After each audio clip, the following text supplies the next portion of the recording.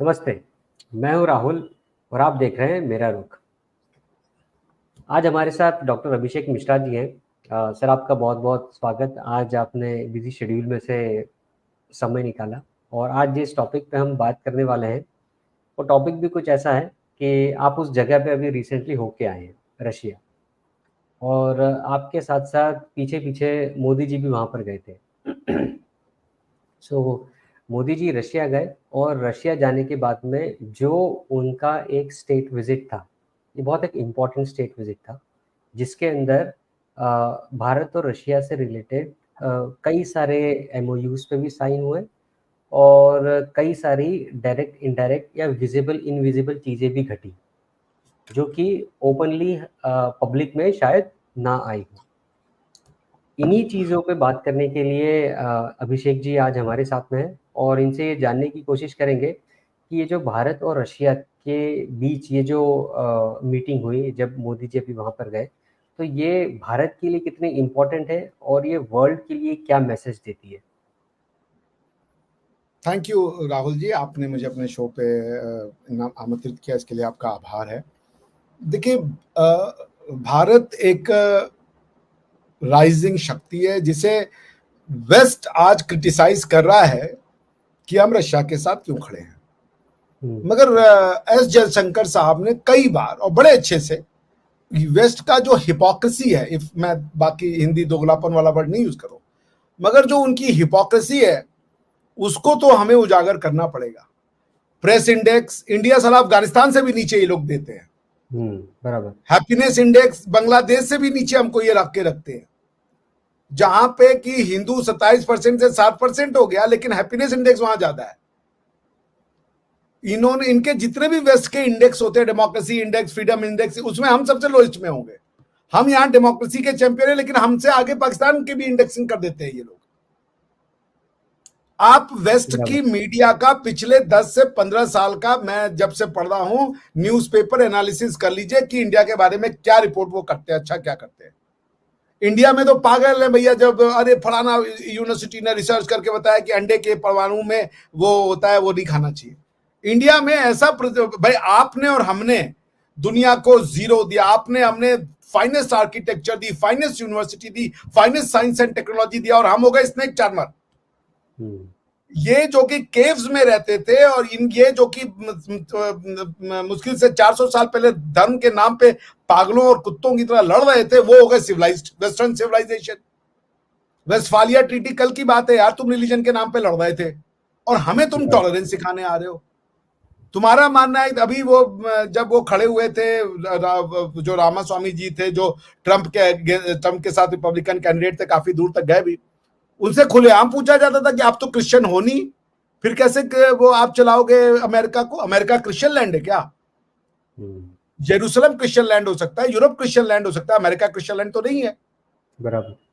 America तो उनका था जहां पे आप जाकर के बैठ गए, उनका जमीन ले लिया, उनके जो वहां के बेचारे जो अपाचेज और दूसरे जो ट्राइब्स होते थे उनको मारा कूटा आपने, और कह रहे हो कि वो इंडिजीनियस हैं। आपके यहाँ पे लोगों ने वो थ्योरी बना करके उस लैंड ग्रैब को आपने वैलिड करार दे दिया। वहां पे आपने बना लिया कि अब आना है तो भैया, आप वीजा लेके गए थे, आपने उनकी जमीन जब हड़पी तो आप वीजा लेके गए थे। तो पॉइंट ये कि ये जो वेस्ट की हिपोक्रेसी है, आपने 1990 तक हर बार आप पाकिस्तान को न्यूक्लियर वेपन, आपको पता था कि पाकिस्तान डेवलप कर रहा है, तो आपने ईरान के जैसा क्यों नहीं रोका उसको? ईरान का न्यूक्लियर वेपन डेवलप ना हो जाए, आपने सारा जोर लगा दिया है। बराबर। ठीक है ना? लेकिन क्या आपको नहीं पता था कि काहुटा में क्या कर रहे हैं पाकिस्तानी? इवन 90s की बात है कि राजीव गांधी जी की सरकार थी, अगर मैं गलत नहीं हूं तो, या इंदिरा गांधी जी की किसी की थी, हम लोगों को वो था, मिल गया था कि काहुटा में ये सीक्रेटली न्यूक्लियर वेपन का टेस्ट करने वाले हैं, we wanted to sabotage that thing and destroy that place. तो हमें अमेरिका ने रोक दिया था कि अगर आपने इनके ऊपर बमबारी करी तो हम आपको फिर it will be direct war with us. जब पाकिस्तान ने 1971 में हमारे ऊपर अटैक, वो जब बांग्लादेश में जो वो कर रहा था इस पाकिस्तान में, तब तो आपने तो उनके लिए तो वो भेज दिए थे, वॉरियर शिप्स भेज दिए थे, पैटर्न टैंक भेज दिए थे, पाकिस्तान को आपने आर्म कर दिया था हमारे अगेंस्ट में। तब आप कहाँ गए थे? तब यूक्रेन के लोग मर रहे, चूंकि वो व्हाइट और गोरे हैं तो आपको दर्द हो रहा है, लेकिन इंडिया और के लोग और बांग्लादेश के वो हिंदू जो मर रहे थे, उनकी वो काले थे तो उनकी जीवन की कोई वैल्यू नहीं थी।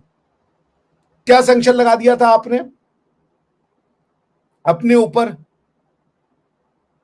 तब रशिया ने हमारी हेल्प की। बराबर। 39 बार का जो जो रशिया ने वीटो या करके वो हमें यूनाइटेड नेशन सिक्योरिटी काउंसिल में बचाया है। गोवा पे जब पुलिस एक्शन होकर के और इंडिया में मर्ज किया गया था तो सिक्योरिटी काउंसिल में ये अमेरिका और वेस्टर्न ब्लॉक ने ये लाया था रिजोल्यूशन कि इंडिया ने गोवा में आर्म्ड कॉन्फ्लिक्ट किया, वॉर किया है। अपनी टेरिटरी पे कोई वॉर कैसे कर देता है? और जनरल असेंबली रिजोल्यूशन ये भी था कि जो है गोवा जो है वो एक कॉलोनी है, टेरिटरी है, कॉलोनियल टेरिटरी है। दोनों बातें कहोगे। कॉलोनियल थी, अगर पोर्टुगीज कॉलोनियल पावर थे तो फिर कोई तो वहां का नेटिव होगा, वो कौन था? सो बॉटम लाइन ये, वेस्ट अपनी हिपोक्रेसी को देखना नहीं चाहता। वेस्ट का है कि अफगानिस्तान के लोग मरे, वाह वाह, इराक के लोग मरे तो वाह वाह, इंडिया के लोग मरे तो वाह वाह। ये अनकल्चर्ड अनकूथ हैं। ये जो 200 साल पहले इन्होंने स्टेट और ये सब बातें सीखी, ये तो कल्चर्ड हो गए। और हमें जो सदियों से हम कहते रहे कि सबका अपना अपना घर है और हिंदुस्तान की जिस टेरिटोरियल इंटीग्रिटी को लेकर के आज तुम छाती ठोक रहे हो यूएन चार्टर का, उसके पॉइनियर तो हम थे जब हमने कह दिया उत्तरसियत से समुद्र हिमाद्राशय व दक्षिणम वर्षितद भारत नाम भारती यत संतति। हम तो ये कहने वाले पहले थे कि ये हमारी टेरिटरी है, तो हमारी टेरिटोरियल इंटीग्रिटी को तो तुम नहीं मानते। यूएन चार्टर में जब टेरिटोरियल इंटीग्रिटी की बात आएगी तभी से टेरिटोरियल इंटीग्रिटी की बात होगी। और हमें सुना होगा कि ये सब अफ्रीका से आए थे। अरे भाई, तो प्रॉपर्टी का भी कॉन्सेप्ट बहुत नया नया, फिर प्रॉपर्टी भी मत मानो, क्योंकि एक समय तो सब अर्थ पे कोई प्रॉपर्टी तो थी नहीं, कोई रुपया पैसा तो चलता नहीं था, जो चाहता जिसका मार के खा जाता। तो वेस्ट की मिर्ची जो है ना, वो मोदी जी ने बड़ा सही काम किया। आप 75 ईयर्स ऑफ नेटो सेलिब्रेट कर रहे थे, वो पहुंच गए। बराबर। गलवान में हमारे सैनिक मरे, वो कम बच्चे थे। चाइना के लिए क्या आप चाइना से ट्रेड बंद कर दिया आपने? चाइना से ट्रेड बंद कर देंगे, यूरोप में इन्फ्लेशन से लोगों की जान चली जाएगी, अपने आप को ठंड से बचाने के लिए कपड़े और वो इक्विपमेंट्स नहीं होंगे। बराबर।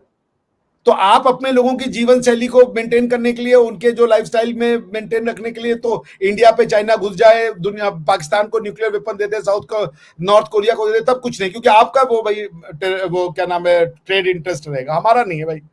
हम बिकॉज इंफीरियर लोग हैं आपसे, आप सो कॉल्ड व्हाइट सुप्रीमेसिस्ट हो, नहीं चलेगा भाई। हर चीज का एक उम्र होती है। आपने रिलीजन का कन्वर्जन करना, ये सबको भाई आपको कन्वर्ट करना, हमें तो नहीं करना कन्वर्ट। आप अपने रिलीजन में खुश रहो, अपने रिलीजन में खुश रहो, लेकिन हम रिलीजन इंडेक्स में सबसे नीचे। मैं अभी मॉस्को में था, एक आप मंदिर नहीं बना सकते हो, ये पूरे यूरोप में आप एक मंदिर नहीं बना सकते। आपको एक घर दे दिया जाता है, उस घर के अंदर लोग मूर्ति रख के पूजते हैं। एक दो मंदिर बन जाएगा तो बन जाएगा। जरा जितने चर्च हैं इंडिया में और जितने मंदिरें हैं जरा जाके कैलकुलेट कर लीजिए, यूरोप में आपको पता चल जाएगा। एक दो स्वामी नारायण का मंदिर बनवा दिया तो बनवा दिया। बराबर। बात यहाँ पे हमें आप क्यों सिखाते हो यार कि हमें क्या करना है? आपने जब आप अपने इंटरेस्ट को देखते हो तो अब आप खुद सोचिए। आपने कहा ईरान का तेल मार्केट में नहीं, वेनेजुला का तेल मार्केट में नहीं, ठीक है, अब रशिया का भी तेल मार्केट में नहीं। अब हम सऊदी अरेबिया के पास पहुंचे, कतर के पास पहुंचे, यही 4-5 लोग तेल बेच रहे हैं। अब आप भी नहीं तेल खरीदे हो, क्योंकि उस समय तो यूरोप भी रशिया सऊदिया पहुंच गया था तेल खरीदने। तो जब अगर 100 लीटर की चीज है और खरीदने वाले 10 लोग हुए तो उसका तो फिर दाम तो बढ़ेगा भाई। और आप तो रिच कंट्री हो, आप तो बड़े प्राइस में भी खरीदने के लिए तैयार हो जाते। हम तो नहीं कर पाते भाई। हमारे लोगों, हमारे कल कारखाने और हमारे लोग तो ये अफोर्ड ही नहीं कर पाते कि हम उनके यहाँ पे 150, यहाँ तो 150 रुपए में सरकारें गिर जाती है भाई, 150 रुपए लीटर पेट्रोल हो जाए तो। बराबर। तो अब हम क्या कर रहे हैं आपके लिए? वार आपकी भाई। यूक्रेन तो सारी जिंदगी, nothing against Ukraine, I have full sympathy for Ukraine and the loss that it has suffered, but Ukraine ने तो कश्मीर पे हमेशा पाकिस्तान का साथ दिया। तो पॉइंट ये है कि हम अपना इंटरेस्ट ना देखें, हम आपका इंटरेस्ट देखें। पुतिन आपके लिए बुरा है भाई, हमारे लिए बुरा नहीं है। और आप पाकिस्तान से दोस्ती करते हो तो हम ये कहते हैं कि आप पाकिस्तान से इसलिए दोस्ती करो कि पाकिस्तान हम पे अटैक कर दे। वो आपका मर्जी है, आप करो ना करो, हम तो करेंगे भाई रशिया से दोस्ती। पुतिन ने हमें डिस्काउंटेड रेट में पेट्रोल दिया, पुतिन साहब ने आकर के जरा देखिए ट्रीटमेंट क्या दिया मोदी जी को। आपके तो बराबर। न्यूज़पेपर में भरा रहता है मोदी तो क्या है वो हिंदू नेशनलिस्ट, इस्लामोफोब और पता नहीं क्या क्या है। पिछले 10 साल से आपकी 15-20 साल से आपकी मैगजीन्स ने, आपके न्यूज़पेपर्स ने, आपके टेलीविजन चैनल्स ने, आपके यूट्यूब चैनल्स ने मोदी जी को गाली देने के अलावा क्या किया है? इंडिया को आपने किस रूप में अपने लोगों को प्रस्तुत किया? Snake charmers. जो देश जीरो का इन्वेंशन करता है, जो देश इतने एडवांस टेक्नोलॉजी के उस मंदिर को बनाता है बिना सीमेंट गाड़े और उसके इतनी ऊंची ऊंची मंदिरें बन जाती है, उस देश को आपने सारी दुनिया में प्रचारित कर दिया कि ये स्नेक चार्मर्स है। जिसने सूर्य सिद्धांत लिखा, जहां पे ज्यामिति लिखी गई, जहां पे ये लिखा गया, उसको आपने बता दिया ये लोग स्नेक चार्मर है और आप लोग सिविलाइज्ड है। स्टेट का फर्स्ट कॉन्सेप्ट टेरिटोरियल इंटेग्रिटी का मैंने आपको बता दिया। भारत के लोग इतने एडवांस थे कि 3000 साल पहले अपनी टेरिटरी डिफाइन करके बता दी कि भाई, और इतनी प्रिसाइज, उत्तर से यस्य समुद्र से हिमादय व दक्षिणम वर्ष तद भारत नाम भारती यत्र संतति, बता दिया कि यह भूभाग भारतीयों का है। वेद उन्होंने दुनिया के लिए लिखा, वेद का यूनिवर्सल एप्लीकेशन है, लेकिन भारत यूनिवर्सल नहीं है। हिमालय का जो पर्वत है वही भारत है, एल्प्स भारत नहीं है, एंडीज भारत नहीं है, माउंट किलिमंजारो भारत नहीं है, क्योंकि वो हिमालय नहीं है। तो बॉटम लाइन है कि आपका मोदी जी ने और उन्होंने बड़ा सही काम किया। जितनी बार जफ्फियां डाली उधर उतनी बार आग लगी। आप DW देख लीजिए, ये देख लीजिए, रशिया को कंडेम नहीं कर रहे, रशिया को कंडेम नहीं कर रहे, वो तो गले लग रहे हैं। 4 बार गले लग गए मोदी जी, ये हो गया वो हो गया। काहे रशिया को कंडेम कर दिया आपने? चाइना को कब कंडेम किया? बराबर। कंडेम किया आपने चाइना को भाई? 1962 का वार हुआ, आप तो उसके साथ ट्रेड किए। चाइना को आज जो चाइना थ्रेट बना है वो हमने बनाया। चाइना से तो आप गए थे, वो आपके जो वो थे जिन्होंने इंदिरा गांधी को गाली दिया था, मैं नाम भूल रहा हूँ, वो तो जूइश का, क्या नाम है उनका, मैं भूल रहा हूँ, के से नाम, किसिंजर, हेनरी किसिंजर ने कहा था कि how long can we isolate China, one day we have to do business. ये बिजनेस करके आपने बढ़वाया है। चाइना को इंटरनेशनल फैक्ट्री हमने बनवाया है। चाइना को इंटरनेशनल फैक्ट्री बनाओ आप, और लड़े हम आपके लिए। चाइना हमारे लिए सामान प्रोड्यूस करता है। बराबर। आज जो चाइना जो पूरा एक इतना बड़ा प्रोडक्शन हब बना हुआ है वो यूएस की वजह से ही है, और उसी ने इतना चाइना को आगे बढ़ाया हुआ है। अब सर इसमें एक चीज़ और पूछा, जो भी आपने भी जिक्र किया कि जो ट्रीटमेंट मोदी जी को रशिया में मिला और उनको हाईएस्ट सिविलियन अवार्ड भी मिला, मेरे ख्याल से ये दूसरी बार उन्हें मिला है। इसके पहले भी पहली बार ही मिला है। वो पहली बार मिला था, फिर कोविड के कारण कन्फर्म नहीं हो पाया था। ओके। तो ये दिया गया, मतलब फिजिकली दे दिया गया, अनाउंस पहले कर दिया गया था जी। राइट, मतलब वो उस समय अनाउंस किया गया था और इस समय ये मिला है। तो ये रशिया की तरफ से ये अवार्ड मिलना और प्लस जिस तरह का ट्रीटमेंट इंडियन प्राइम मिनिस्टर को मिला, ये अभी हाल फिलहाल में कोई भी स्टेट हेड अगर वहाँ रशिया गया तो उससे वैसा ट्रीटमेंट नहीं मिला। और ये शो करता है कि रशिया के लिए भारत कितना इम्पोर्टेंट है, और जाहिर सी बात है भारत के लिए भी रशिया कितना इम्पोर्टेंट है। और मैं भी देख रहा था पिछले कुछ दिनों शी जिनपिंग भी वहाँ पर गए थे, और शी जिनपिंग को जो रिसीव करने वाले थे वो एक बहुत लो लेवल के उनके मिनिस्टर या ऑफिसर थे, पर जो मोदी जी को रिसीव किया जिन्होंने, वो वहाँ के फर्स्ट प्राइम मिनिस्टर थे, जो शायद पुतिन के बाद में सेकंड या थर्ड नंबर पे उनका डेजिग्नेशन आता है। तो ये भी शो करता है कि आप किसी स्टेट हेड को रिसीव करते हैं तो कितनी इम्पोर्टेंस उसको देते हैं। फिर उसके बाद में एक 3 या 4 इनफॉर्मल मीटिंग्स, फिर उसके बाद में 2 फॉर्मल मीटिंग्स, और प्लस शायद 8 या 9 कुछ MOUs भी साइन हुए। तो इससे रिलेटेड कुछ आप शेयर कर सकते हैं, बता सकते हैं कि क्या-क्या चीज़ें दोनों देशों के बीच में फॉर्मल एग्रीमेंट्स हुए हैं और क्या उसके अंदर इम्पोर्टेंस है? देखिए, फॉर्मल एग्रीमेंट तो न्यूक्लियर एनर्जी, आर्कटिक रीजन में एनर्जी एक्सप्लोरेशन और ये सब चीजें हुई हैं, और मुझे नहीं लगता कि इस पे जोर था। एक तो ये एनुअल समिट नहीं हो रही थी 2-3 साल से, उस पे था। जो मुझे लगता है, ये मेरी it's my gut feeling, it's my hunch, वो ये है राहुल जी कि पुतिन साहब ने मोदी साहब को बुलाया और देखिए ऐसा है कि जो आपने कहा कि शी जिनपिंग को ट्रीटमेंट और दोनों को ट्रीटमेंट में अंतर था, Xi Jinping is not something that Modi ji has for Putin. वो ये रीजन ये कि चाइना को ट्रस्ट नहीं करता मॉस्को। उसका रीजन ये है कि चाइना एक डोमिनेंट फोर्स है। आप मॉस्को में जाएं या रशिया में जाना तो रशियन और चाइनीज दोनों लैंग्वेज में चीजें लिखी रहती है, क्योंकि एक समय इन लोगों ने डिसाइड किया था कि चाइना में रशिया और रशिया में चाइनीज पाई जाएगी, ये कम्युनिस्ट के लिए। अब वो खत्म हो गया, वो that era is gone. But point ये है कि शी जिनपिंग और मोदी जी में, वो शी जिनपिंग लीडर नहीं है वर्ल्ड के, शी जिनपिंग चाइना के लीडर हैं, अथॉरिटेरियन है। शी जिनपिंग को भी मिला ये एपोस्टल सेंट एंड्रू वाला जो अवार्ड है, वो उनको भी मिला हुआ है, बट वो बात नहीं है। शी जिनपिंग को ना तो वर्ल्ड मीडिएटर मानेगा और ना तो चाइना मानेगा। शी जिनपिंग की वैल्यू ये है कि चाइना एक बड़ा कंट्री है और रशिया आइसोलेटेड नहीं दिखाना चाहता अपने आप को, तो वो चाइना को टो करता है। लेकिन जो रियल फीलिंग है, जो ब्रदरली फीलिंग है, भाई आप एक वीडियो चला, मोदी जी यूं यूं यूं यूं वो कर रहे हैं उसको, पुतिन को, पुतिन मुस्कुरा रहा है। ये कोई और कर सकता है? नहीं कर सकता पुतिन को। Putin is a very erratic man. अच्छा, वेस्ट का आर्ग्यूमेंट सुनिए। वेस्ट का आर्ग्यूमेंट है कि रशिया को आइसोलेट कर रहा था। For all intent and purpose west isolated है। तुम कहते रशिया को आइसोलेट करना, आइसोलेट तुम खुद हो गए, क्योंकि वेस्ट के लोग ही खाली आपस में ये बातें कर रहे हैं। न तो अफ्रीकन खड़े, साउथ अफ्रीका वाले ने सुना दी थी, न तो अफ्रीकन खड़े हैं, न तो मतलब जिसको आप ग्लोबल साउथ कह ले, न तो इंडिया खड़ा है, न तो चाइना खड़ा है। बाकी क्या बचा फिर? अरब कंट्रीज भी नहीं खड़ी हैं आपके साथ। तो वेस्ट के साथ सिर्फ वेस्ट है। चाइना से पेट्रोल लिया हमने और रिफाइंड पेट्रोल आपको भी बेच रहे हैं, क्योंकि यूरोप में यह है कि अगर आपने कच्चा माल कहीं से लिया, उसको रिफाइंड करके दे रहे तो उसका कैरेक्टरिस्टिक चेंज हो जाता है, तो वो सेम आइडेंटिकल गुड्स नहीं माना जाएगा WTO के अंदर में। तो पॉइंट ये है, या ट्रेड रिजीम के अंदर में पॉइंट ये है राहुल भाई, what I sense, I may be wrong because this is a sense, this is a speculation, a conjecture at the best.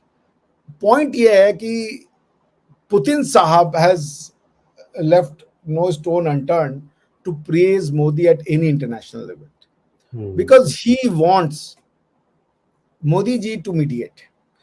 Putin साहब का एक और वो चल रहा है स्टेटमेंट, जिसमें पुतिन से एक जगह पे उन्होंने कहा, क्या नाम है, ट्रंप ने, कि जब मैं आऊंगा ना तो एक दिन में वॉर खत्म कर दूंगा। तो Putin didn't dismiss it. Putin ji ने कहा कि अगर ट्रंप वॉर खत्म कराना चाहते हैं तो मैं तो स्वागत करता हूं, आ जाए बात करें मुझसे।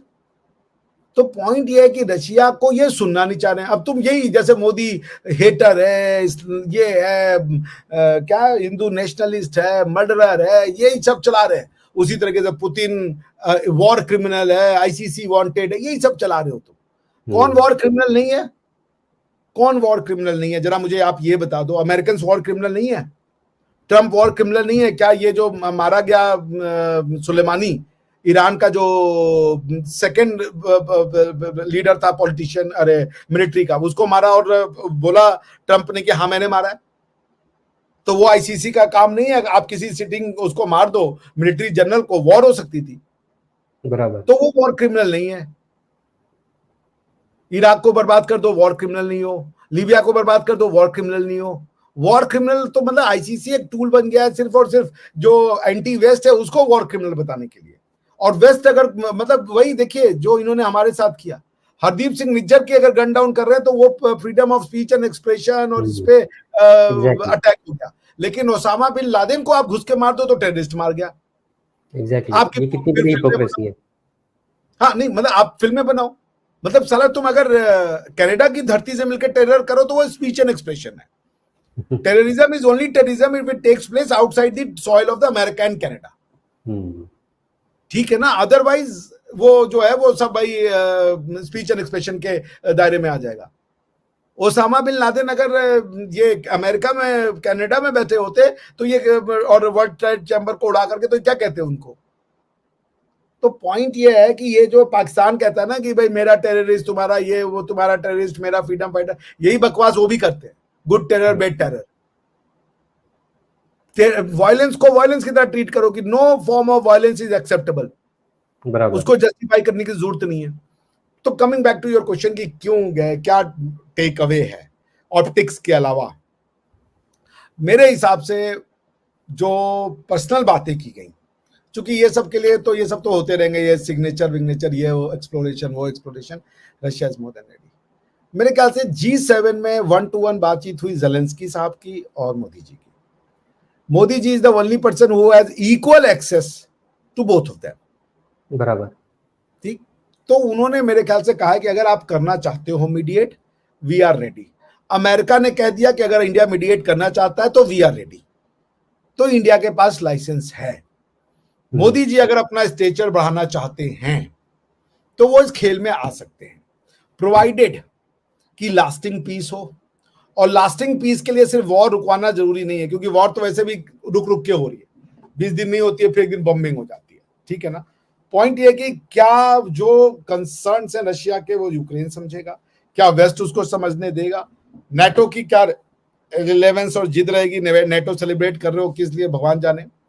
सो आई गेस जो बिहाइंड द सीन है राहुल जी, वो सीन चला गया है। देखिए उसके बाद ये यहां से कहां गए, बहुत सिग्निफिकेंट है। मोदी जी रशिया से निकल के सीधा ऑस्ट्रिया गए, और ऑस्ट्रिया की क्या खास बात है पता है? नेटो मेंबर नहीं है। ऑस्ट्रिया नेटो का मेंबर नहीं है। और ऑस्ट्रिया में देखिए जो मोदी जी का स्वागत होता है, ऑस्ट्रिया ने एक बहुत बड़ा संदेश दिया है। ऑस्ट्रिया में अभी कुछ दिन पहले, 1-2 साल पहले ही टेरर अटैक हुआ था इस्लामिस्ट के द्वारा। ऑस्ट्रिया ने मोदी जी के स्वागत में गाना बजाया, वंदे मातरम, सुजलाम सुफलाम मलयज शीतलम मातरम सस्य श्यामलाम मातरम, वंदे। क्यों बजाया ये? उन्होंने मैसेज दिया है कि वंदे मातरम का ही जमाना है, वंदे यूनिवर्सल गॉड का जमाना नहीं है। यूरोप कह रहा है कि हम भी वंदे मातरम वाले लोग हैं, और आप अगर वंदे मातरम इसलिए विरोध कर रहे हो क्योंकि हम धरती को माता नहीं कहेंगे, तो फिर उन्होंने बजा के सुना दिया। वो चाहते कोई भी, वो तो वैष्णव जन बजा सकते थे, कोई शिव दिन की धुन बजा देते, कोई तांडव म्यूजिक भगवान शिव का, श्री कृष्ण जी का बजा देते। सबको पता है कि हिंदू ये तो सनातनी है हमारे मोदी जी, लेकिन उन्होंने वंदे मातरम बजाया है। और यहां से नेटो से ये गए, कायमर से बातचीत हुई, इन्होंने मैसेज भिजवा दिया है जेलेंस्की को कि अगर आप सीरियस हो तो बैकडोर डिप्लोमेसी करो, इंडिया इज रेडी। आपको ये डिमांड मैं बता रहा हूं कि ये कॉन्क्रीट डिमांड्स पे हो जाएगी, मगर अगर डिमांड ये है कि हमारे टर्म पे हो, तो फिर यूक्रेन को भी ये डिसाइड करना है कि do you have enough man power to get them killed, कितने लोगों को मरवाइएगा। आपको सिर्फ ये कहना है कि वी डोंट वांट नेटो, और रशिया को ये कहना है कि we assure your territorial integrity. आप कह दीजिए जब तक नेटो का पूरा थ्रेट नहीं हुआ तो रशिया तो गया नहीं ना। ये तो बात चिढ़ाने की है। जेलेंस्की जब चिढ़ाने लगे इनको, पुतिन को, इस तरीके के जो वो बयान देने लगे कि हम तो जाएंगे, हम तो ये करेंगे, हम तो वो करेंगे, हम नेटो ज्वाइन करेंगे, देन पुतिन का फ्यूज उड़ा था। जी बराबर, सही बात है। और मैं जो अगली चीज आपसे पूछने वाला था उसका भी आपने बहुत हद तक इसी में आंसर किया। मैं आपसे यही एक बात करने वाला था कि क्या वाकई में मोदी जी जो हैं उनकी एक्सेप्टेंस प्लस वो ये रोल प्ले कर सकते हैं कि वो एक जो 2-2.5 साल से जो वॉर चल रही है वो रुक सके। और जो आपने बताया कि एक बैकडोर डिप्लोमेसी का जो इनिशिएट करने वाला प्रोसेस है वो चीज़ें स्टार्ट हो चुकी है, कि जेलेंस्की तक शायद मैसेज पहुंच चुका होगा, और अगर वाकई में वो सीरियस होंगे तो कुछ न कुछ एक पॉजिटिव इंडिकेशंस हमें आने वाले दिनों में मिल सकते हैं, जिससे ये वॉर कहीं ना कहीं एक जी देखिए मैं एक चीज कहूँ राहुल भाई, आज की दुनिया में एक चेहरा बताइए जो वर्ल्ड लीडर है। एक मात्र चेहरा है प्रधानमंत्री मोदी, एक मात्र चेहरा जो वेस्ट का भी डार्लिंग है, वर्ल्ड के किसी भी कोने में चले। कोई नहीं है भाई, जेलेंस्की है, पुतिन साहब है, बाइडेन साहब है, ट्रम्प साहब है, कौन है? कोई नहीं है, मोदी जी हैं। Modi is not the prime minister of India, is the prime minister of world. लोग उनको अपना प्राइम मिनिस्टर होने का मतलब क्या इफेक्टिवली कि आपको लोग अपना चुने हुए पार्लियामेंटेरियंस आपको अपना नेता मान लें। तो ये चुने हुए गवर्नमेंट के लोग हैं, उनको नेता मानते हैं। भाई सऊदी अरेबिया मानता है, यूएई मानता है, अफ्रीका मानता है, यूरोप मानता है, वेस्ट मानता है। क्यों जो मोदी जी के जो हनुमान है जयशंकर जी जहां जहां जाते हैं बोलते हैं कि भाई वेस्ट की हिपोक्रेसी नहीं चलेगी। ये जयशंकर जी की खास बात है। जयशंकर जी के पीछे मोदी जी खड़े हैं, वो उनकी सोच रखते हैं। क्योंकि जयशंकर साहब की सोच तो मोदी जी को पता है ना। जयशंकर साहब के पास तो इतनी कैपेसिटी नहीं है कि वो इलेक्शन जीत के आ जाए। राज्यसभा से ला करके मोदी जी उनको बनाए हुए हैं। क्योंकि बात है कि नथिंग अगेंस्ट जयशंकर साहब, वो बहुत ही सम्मानित और बहुत ही दूरदर्शी एक डिप्लोमेट है। मैं एक पॉलिटिकल रियलिटी की बात कर रहा था। एग्जैक्टली। और मोदी जी के सिलेक्शन की बात में कर रहा था। तो बॉटम लाइन क्या है? बॉटम लाइन है कि दुनिया में एक ही विश्व नेता है, विश्व नेता जिसके साथ लोग आज की डेट में सेल्फी लेना चाहते हैं। ये यूरोपियंस किसी को मुंह नहीं लगाते। मैंने यूरोप में जिंदगी बताई, और रशियंस तो और भी बड़े वाले हैं। वो ढंग से बात भी नहीं करते, इतने एरोगेंट लोग हैं वो। और ये रशियन को कोई ऐसा वैसा ना समझे जो हमारे यहाँ चला दिया है कि रशियन लड़की है, ये मिल जाएगी वो मिल जाएगी, इस तरह की बेवकूफी वो आपकी लड़कियों के लिए भी चला सकते हैं रशिया में। और पूछते भी नहीं है, क्योंकि वो इतने फेयर, इतने गोरे और इतने सुंदर होते हैं, उनको नहीं जो होते काले कलूटो हम जैसे लोगों की। और ये लोग जो जोक बना के चलाते हैं ना कि ये रशियन मिल रही है, वो बेचारी आपको पसंद करती हैं, आप लोग के कल्चर की वैल्यू करती हैं वो, और उसको तुम लोग जोक बनाते हो। जरा जाके देखो वेस्ट में, वो नहीं पूछते हैं। तो खैर बॉटम लाइन मैं इतना ही कहूंगा कि रशिया इंडिया को वैल्यू देता है उसके कल्चरल के रीजन से। और रशिया में एक rising Indian pro Indian feelings है, ठीक है ना। तो बॉटम लाइन यही है कि आज की डेट में कोई वर्ल्ड लीडर है ही नहीं भाई, सब लोकल लीडर हैं। और एक ही वर्ल्ड लीडर है, और हमारे आपके लिए प्राउड की बात है एग्जैक्टली। वो हमारे देश से बिलोंग करते हैं। लोग उन पे आंख बंद करके भरोसा करते हैं, चाहे बाइडेन हो, मेलोनी जी तो मेलोडी बजा रही हैं, आप नहीं देखा। मैं बड़ा सम्मान करता हूं मेलोनी जी का, लेकिन उन्होंने इतनी बड़ी बात खुद लिखा था उन्होंने मेलोडी। मोदी जी कभी नहीं करते ये चीजें। उन्होंने लिखा था टीम मेलोडी जब वो पहली बार आई थी इंडिया। इस बार तो उन्होंने बकायदा 5 सेकंड का विजुअल ही डाल दिया, हेलो फ्रॉम टीम मेलोडी। बराबर। तो ये उनकी एक्सेप्टेंस है मोदी जी की, कि लोग सेल्फी ले रहे हैं। भाई वो सेल्फी तो बाइडेन साहब के साथ ली जा सकती थी, वो सेल्फी किसी अफ्रीका के लीडर के साथ ली जा सकती थी, वो सेल्फी किसी ऋषि सुनक साहब के साथ ली जा सकती थी, कनाडा वाले जस्टिन ट्रूडो साहब के साथ ली जा सकती थी। नहीं ली गई। किसके साथ ली गई? मोदी जी के साथ। बराबर। भाई टीम मेलोडी में तो बाइडेन वाला डेन आता है, टीम मेलोडेन। टीम मेलोडी है, मेलोडी तो दुनिया में मोदी जी बजा रहे भाई जी। बराबर। और वाकई में जो आपने बोला कि ये एक हमारे देश के प्रधानमंत्री हैं जो कि एक पूरे विश्व में एक यूनिवर्सल लीडर की तरह उनका एक्सेप्टेंस है। फिर वो चाहे ऑस्ट्रेलिया में हो, वहाँ के प्रधानमंत्री उन्हें बॉस कहते हैं। फिर वो रशिया में हमने देखा कि जिस तरह से उन्हें ट्रीटमेंट मिला। यूएस में जो लास्ट विजिट थी, जैसा ट्रीटमेंट यूएस में मिला वो भी एक एक्स्ट्राऑर्डिनरी ट्रीटमेंट था। फिर यूरोप से भी जो आपने बताया, इटली की प्राइम मिनिस्टर हो या और भी दूसरी जगह से, सभी जगह एक इक्वल एक्सेप्टेंस और एक इक्वल रिस्पेक्ट जो है। राहुल जी, अरबों की धरती पे मंदिर बनवाने का कमाल पिछले हजारों साल में किसी ने किया है तो वो यही है। बराबर, बिल्कुल सही बात है। और वो और अरब किसी और के कहने पर ना करते। हाँ, मोदी जी के कहने पर। ऐसा नहीं कि यूएई में मंदिर नहीं था एक, लेकिन इतना भव्य मंदिर बनवाना, कई एकड़ में मंदिर बनवाना, उसका इनॉग्रेशन होना, टीवी पे सेलिब्रेशन करना, उनके लिए इनविटेशन जाना, ताल ठोक के बनवाना, ये है नरेंद्र दामोदर दास मोदी। जैसे बाला साहब ठाकरे ने कहा था ना, ही इज द गुजरात का शेर। Truly he is. और वो अब दुनिया के शेर है। हम किसी पे शेर बनना नहीं चाहते। हम रशियंस का सम्मान करते हैं, वो भी हमसे, सब सब सब देश अच्छे हैं, सब लोग अच्छे हैं। हम किसी को दबाना नहीं चाहते, हम किसी के कल्चर को घटिया नहीं कहते, किसी के पूजा पद्धति को घटिया नहीं कहते, किसी के लैंग्वेज को घटिया नहीं कहते। हम सबको सम्मान देते। उतना ही संस्कृत इंपॉर्टेंट है जितनी रशियन, इंग्लिश, कोई लैटिन, कोई और लैंग्वेज है, सब एक समान है। और वो कहने का गट सिर्फ और सिर्फ किसमें है? वसुधैव कुटुंबकम वाले तो एक ही फिलॉसफी को जी रहे हैं ना। वाकई में मोदी जी वर्ल्ड लीडर है, और ये हम लोग का सौभाग्य है राहुल जी कि हम उनके इरा में 15 साल से सुखमय जीवन जी रहे हैं। जी, सही बात है। चलिए, आज आपने इतने इम्पोर्टेंट टॉपिक पर आपके विचार साझा किए, आपने समय दिया, बात शेयर करी, इसके लिए बहुत बहुत धन्यवाद। और फिर किसी इम्पोर्टेंट टॉपिक पे ज़रूर आपसे बात करने की कोशिश करेंगे। तब तक बहुत बहुत धन्यवाद। जय हिंद।